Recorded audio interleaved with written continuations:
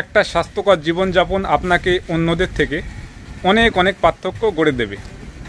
অন্যরা যেখানে সারা বছর অসুস্থতার মধ্যে থাকবে, তাদের একটা না একটা অসুস্থতা লেগেই থাকবে, সেখানে আপনি সুস্থ থাকবেন, সেখানে আপনি ভালো থাকবেন যদি আপনি স্বাস্থ্যকর জীবনযাপন করেন।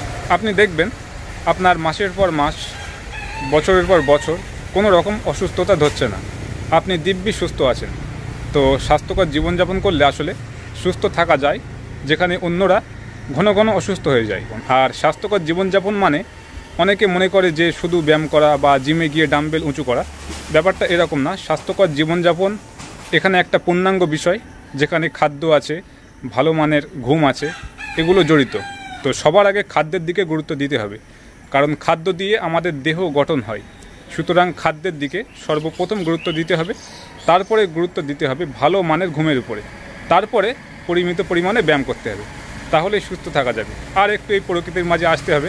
দেখতে পাচ্ছেন আমি এখন রোদে আছি, তো এখন আমি একটু খালি গায়ে রোদ লাগাবো। সুস্থ থাকুন, ভালো থাকুন।